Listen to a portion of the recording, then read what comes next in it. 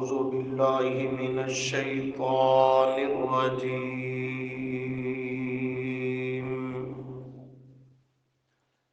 بسم الله الرحمن الرحيم.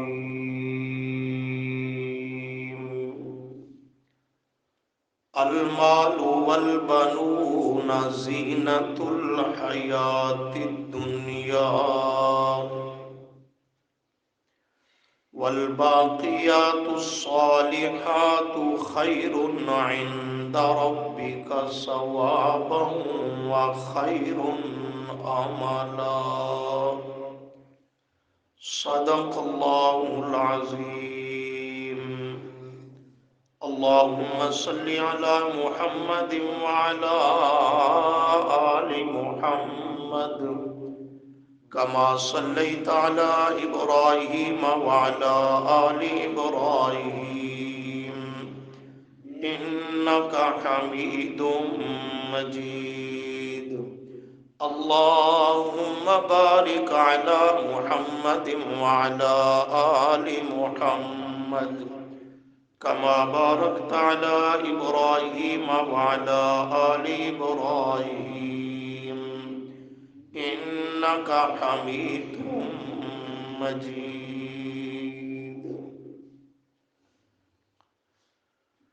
استغفر الله لا حول ولا قوة إلا بالله. گزشتہ دروس میں دنیا کی حقارت، حقیقت اور بے ثباتی پر بعض مضامین اور گزارشات ذکر کی گئی. آج کے سبق میں آخرت کا ذخیرہ، آخرت کی دولت اور آخرت میں کام آنے والی چیز، اس کا بیان ہو رہا ہے. اللہ تعالیٰ نے مختلف پیرائے میں مختلف تعبیرات کے ساتھ، مضامین کے ساتھ دنیا کی قلت، حقارت، اس کا عارضی اور فانی ہونا بیان فرمایا کہ المال والبنون، مال و دولت، والبنون اور بیٹے، آل اولاد، زینت الحیات الدنیا، یہ زینت ہے، رونق ہے، لیکن الحیات الدنیا، دنیا کی زندگی کی، الحیات حیاتی، الدنیا دنیا کی. المال، اس میں تمام چیزیں آ گئیں، بینک بیلنس ہو، مال مویشی ہوں، دنیا کا عہدہ اقتدار ہو، کسی صورت میں بھی دنیا کا مال و دولت، زر زمین جو بھی ہے، المال کہہ کر سب کو مراد لیا. والبنون، بیٹے بیٹیاں، کنبہ قبیلہ، رشتہ دار، قرابت دار، عزیز اور افرادی قوت، والبنون میں سب کو مراد لیا. فرمایا مالی دولت ہے یا افرادی دولت ہے، یہ ہر قسم کی دولت زینت الحیات الدنیا، زینت ہے، رونق ہے، دل بہلانے کی چیز ہے، لیکن ہمیشہ کے لیے نہیں، آخرت میں کام آنے والی نہیں، قبر حشر میں ساتھ دینے والی نہیں. زینت الحیات الدنیا، اس کا تعلق فقط دنیا کے ساتھ ہے. دنیا کی رونق، زینت اور دنیا کی یہ نفع کی چیزیں ہیں. جب دنیا سے آنکھ بند ہوگی تو ان چیزوں کے ساتھ مرنے والے کا تعلق ختم ہو جائے گا. کل کے سبق میں تفصیل سن چکے ہو. آپ نے کیا ارشاد فرمایا؟ بندے کے صرف 3 مال ہیں، جسے کھا پی کر ہضم کر گیا، جسے پہن کر بوسیدہ اور پرانا کر دیا، جسے اللہ کی راہ میں خرچ کر کے آخرت کا ذخیرہ بنا لیا. بس یہ 3 مال بندے کے اپنے ہیں، ان سے خود یہ نفع اٹھانے والا ہے. ان میں سے 2 مال وہ جن سے دنیا میں نفع اٹھا لیا، کھا پی لیا، موج مستی کر لی، پہن لیا، لباس ہے، جوتا ہے، پگڑی ہے، کوئی بھی زیب تن کر لیا، اس سے دنیا میں نفع اٹھا لیا. اور تیسرا وہ مال بندے کا ہے جو اللہ کی راہ میں خرچ کرتا ہے تو آخرت میں اس کا اجر اور فائدہ اٹھائے گا. اس کے سوا جو مال و دولت ہے تو فرمایا فَهُوَ ذَاهِبٌ وَتَارِكُهُ لِلنَّاسِ، یہ اسے چھوڑ کر جانے والا ہے جو اس کا ترکہ کہلائے گا اپنے پچھلے ورثاء اور لواحقین کے لیے. وہ ان کا مال ہے، وہ اس کا مال نہیں ہے. زینت الحیات الدنیا، یہ دنیا کی رونق، لیکن آخرت اور باقی رہنے والی چیز حشر نشر میں کام آنے والی دولت. فرمایا والباقیات الصالحات، والباقیات اور باقی رہنے والی وہ کیا ہے؟ الصالحات، اعمال صالحہ، اللہ کی خالص عبادت، نیک اعمال، ایمان خالص، یہ ہے الباقیات، یہ باقی رہنے والی چیز جو دنیا میں اللہ کی رحمت، عزت اور سعادت مندی کا ذریعہ ہے اور آخرت میں بندے کے لیے نجات اور بخشش کا ذریعہ ہے. اس کو فرمایا باقیات، یہ باقی رہنے والی چیز، باقی رہنے والا خزانہ، آخرت کی پونجی. الصالحات، وہ اعمال صالحہ، اللہ کی خالص عبادت. فرمایا خیرن، بہت بہتر ہے، خیرن بہت بہتر ہے، عند ربی کا، تیرے رب کے ہاں، تیرے رب کے نزدیک، عند ربک، تیرے رب کے ہاں یہ بہت بہتر ہے. آخرت کی چیز اور باقی رہنے والی ثواباً، ازروئے بدلہ کے، ازروئے بدلہ کے اعتبار سے تیرے رب کے ہاں یہ بہت بہتر ہے کہ رب اس کا بہت بہتر بدل اور اجر عطا کرے گا. وَخَيْرٌ، اور بہت بہتر ہے، عَمَلًا، ازروئے آرزو، امید لگانے کے کہ ایمان خالص ہو، اعمال صالحہ ہوں، تو اس پر آدمی امید قائم کر سکتا ہے کہ میرا رب میری اس محنت کو ضائع نہیں کرے گا، آخرت میں بہتر اجر اور بدلہ عطا کرے گا. خیرٌ عملا، امید کے اعتبار سے، آس لگانے کے لحاظ سے یہ خزانہ اور جوہر خیرٌ، بہت بہتر ہے. تو یہ باقیات الصالحات اجر کے اعتبار سے بھی بہت بہتر، آخرت کی خیر کی اور بہتر امید لگانے کے لیے بھی نفع کی چیز ہے. رہی دنیا اور اس کا مال و متاع، وہ زینت الحیات الدنیا، صرف دنیا کی وہ چیز اور رونق ہے. اس پر دیکھو ایک مقام، تیسرا پارہ، سورہ آل عمران،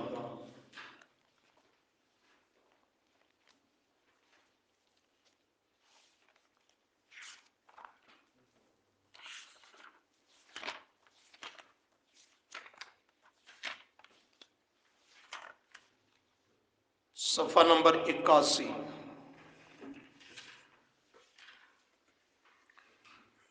صفحہ 81، سورہ آل عمران، آیت نمبر 14، صفحہ 81 کے شروع سے پہلی سطر.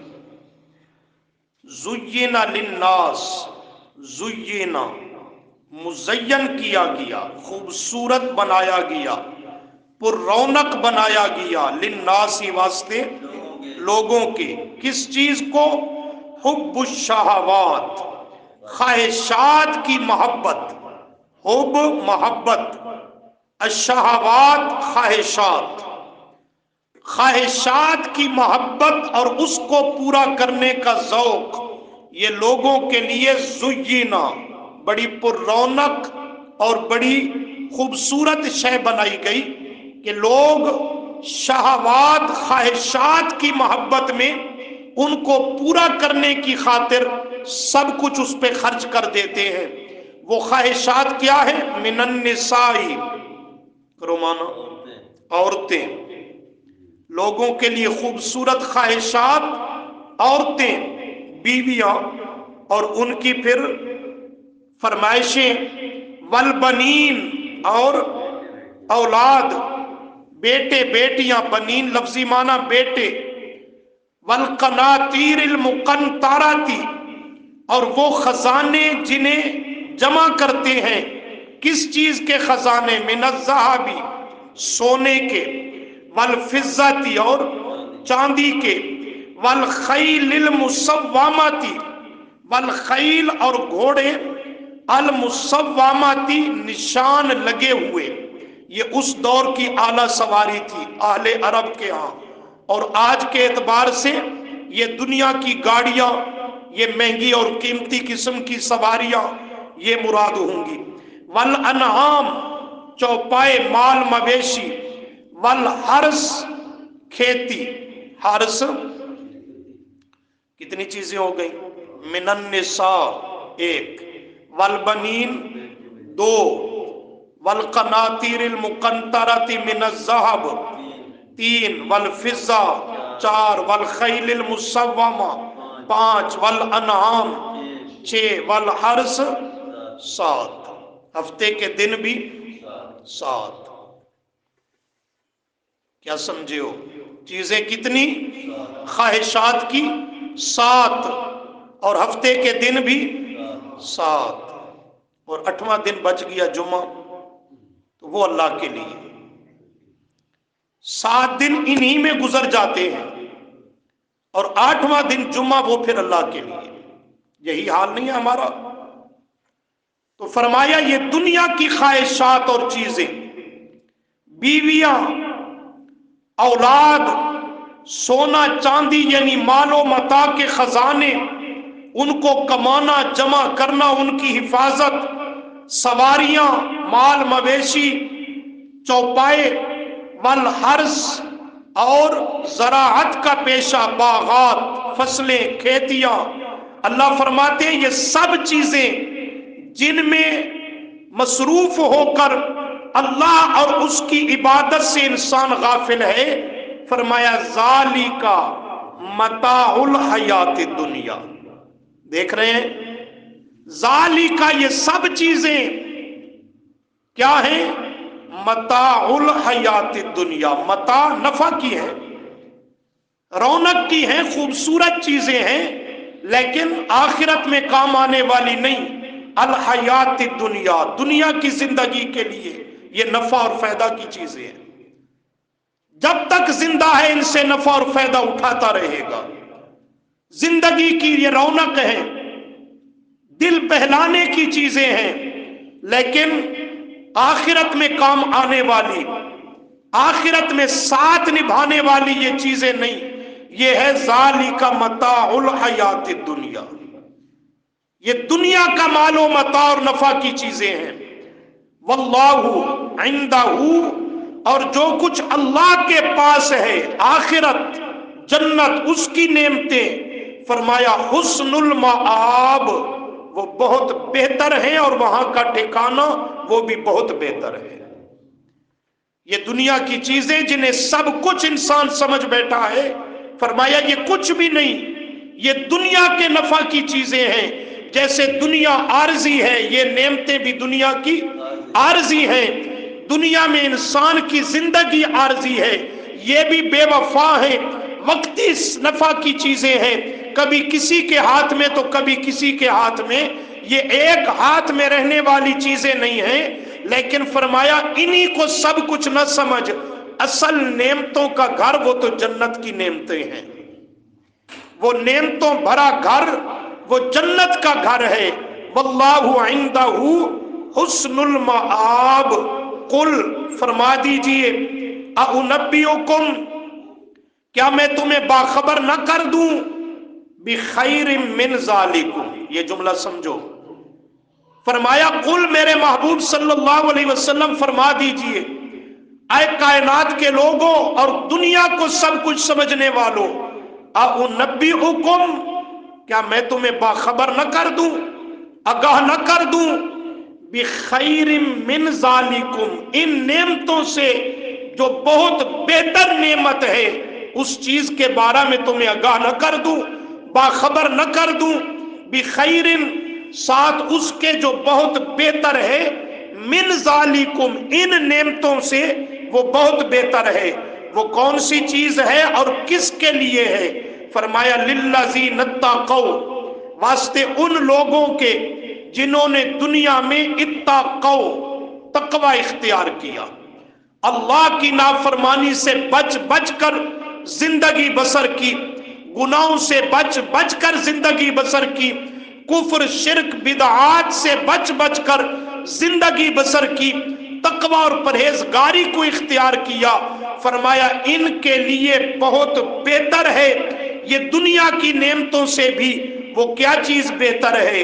فرمایا عند ربہم، ان کے رب کے ہاں جنات، باغات ہیں، جنات، باغات ہیں، تجری کے جاری ہیں، من تحتہا، ان کے نیچے، الانہار، نہریں، نہریں جاری ہیں، خالدین فیہا، کہ ہمیشہ ہمیشہ رہیں گے اس میں، نہ نکلنا پسند کریں گے، نہ کوئی انہیں نکالے گا جنت سے، یہ ہمیشہ ہمیشہ اس میں رہیں گے۔ کھانے کی چیزیں جنات، باغات، غور کرو تو، جنات، باغات، یہ کھانے کی نعمتیں، اور تجری من تحتہا الانہار، یہ الانہار پینے کی نعمتیں، مشروبات، الانہار مشروبات۔ اور اب آدمی تنہا نہیں رہ سکتا، اسے رفیق حیات کی ضرورت ہے، تو فرمایا وَأَزْوَاجٌ مُطَہَّرَةٌ، ازواج، کئی بیویاں ہوں گی، ازواج جمع ہے، ازواج بیوی نہیں، بیویاں۔ دنیا کی کیفیت کچھ اور ہے، وہاں کا حال کچھ اور ہوگا، یہاں بیوی، وہاں بیویاں ہوں گی۔ ازواج، ازواج ہوں گی وہ جنت کی حوریں، کیسی؟ دنیا والی بیویوں جیسی نہیں، مطہرات، پاکیزہ، ستھری، مطہرات، پاک بیویاں ہوں گی۔ کس چیز سے؟ پاک بیویاں ہوں گی، ظاہری ناپاکی سے بھی پاک ہوں گی۔ ظاہری ناپاکی کیا ہے؟ دنیا میں ہر مہینے میں عورت کو مخصوص ایام آتے ہیں، بچے کی ولادت کے بعد 40 دن وہ ایام نفاس ہیں، اس کے علاوہ بیماری، لاچاری، معذوری۔ جنت میں جنتی بیویوں کے ساتھ یہ معاملات نہیں ہوں گے، وہاں کوئی نفاس نہیں، کوئی حیض نہیں، کوئی عذر، معذوری، بیماری نہیں، یہ ظاہری گندگیوں سے مطہرات، کیا ہوں گی؟ پاک۔ اور دوسری گندگی اور ناپاکی ہے مانوی، اخلاقی، ہوتی ہے کہ نہیں ہوتی؟ بیوی کا بد زبان ہونا، بد اخلاق ہونا، منہ اٹھا کے بولنا۔ فرمایا ان گھٹیا عادتوں اور اخلاق رذیلہ سے بھی مطہرات، وہ پاک ہوں گی۔ اس لیے پریشانی کی نہیں ضرورت کہ دنیا وچ ایک دے اگے مصیبت پیا تو اتنے تک کئی ہو سکے، اتنے رولا رپا کوئی نہیں ہونا، اس واسطے ٹینشن نہ لو۔ ازواج مطہرات، پاکیزہ بیویاں۔ فرمایا یہ سب نعمتیں ہیں، لیکن سب سے بڑی نعمت ورضوان من اللہ، سبحان اللہ، رضوان من اللہ، سب سے بڑی نعمت وہ اللہ کی رضا ہوگی کہ اللہ اعلان کریں گے آئے اہل جنت، میں اللہ تم پہ ایسا راضی ہوں کہ کبھی ناراض نہیں ہوں گا۔ یہ جو اہل جنت سنیں گے تو یہ سب سے بڑا ان کے لیے خوشی کا موقع ہوگا۔ دائمی اللہ کی رضا، اللہ ہم سب کو نصیب فرمائے، اللہ ہمیں اس قابل بنا دے۔